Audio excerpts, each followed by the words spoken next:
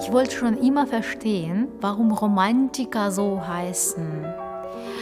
Was beschäftigt sie? Ich wurde selber, als ich ganz jung war, als Romantikerin bezeichnet. Aber man wird erwachsen und braucht eine Klarheit. Und diese romantische Welt stört manchmal. Man möchte es verstehen, man möchte es ordnen. Und diese wunderbare Ordnung habe ich bei den romantischen Fugen gefunden.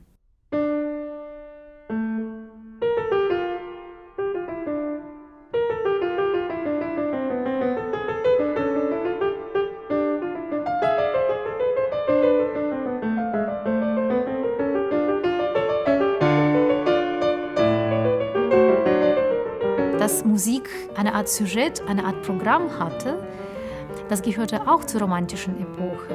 Eine ganz genaue Geschichte, die dahinter steckte. Das hat natürlich die Fuge auch beeinflusst. Außerdem die neuen Harmonien.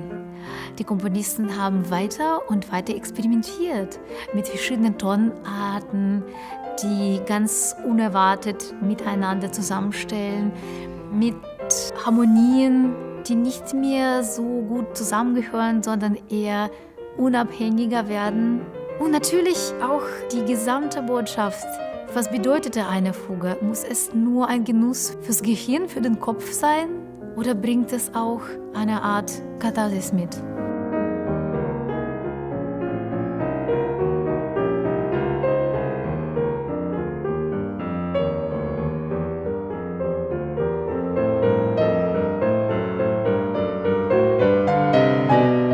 Ich wollte vor allem zeigen, wie viele verschiedene Rollen Fugen spielen konnten. Fuge als ein Konzertstück, als eine unabhängige Form. Der Zyklus Präludium und Fuge, die wir sehr gut vom Johann Sebastian Bach kennen. Und Fuge als ein großes Finale, als eine Art Zusammenhang des gesamten Werkes.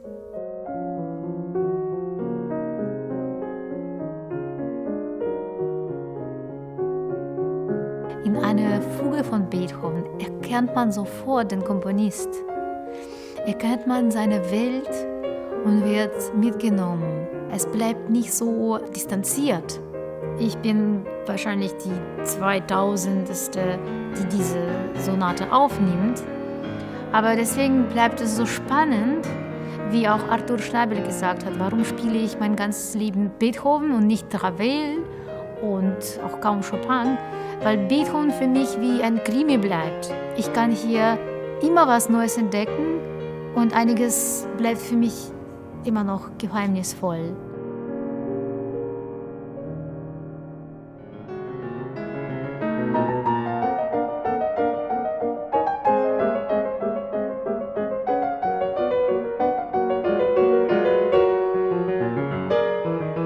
Ich kann mir gut vorstellen, dass Mendelssohn in seinen sehr jungen Jahren unbedingt zeigen wollte, wie hervorragend als Pianist er ist, wie virtuos er sein kann, aber auch, was er als Komponist erreichen kann.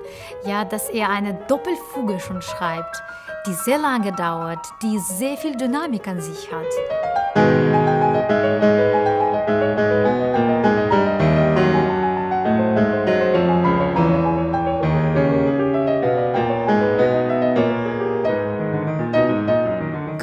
Szymanowski ist ganz anders.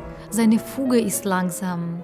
Die ist voll mit Überlegungen, mit einer Suche nach einem Weg, mit einer Suche von einer stabilen Tonart, die nicht mehr existiert. Das ist für mich sehr existenziell, komplex, aber auch höchst romantisch.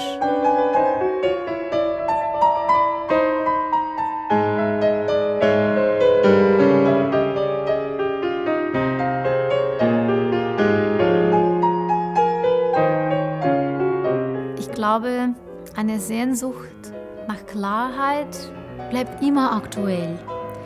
Und wenn die Fuge ein wenig Lösung bringt und wenn die Fuge dadurch etwas helfen kann, egal ob man das spielt oder nur hört, dann ist diese Arbeit nicht umsonst gemacht.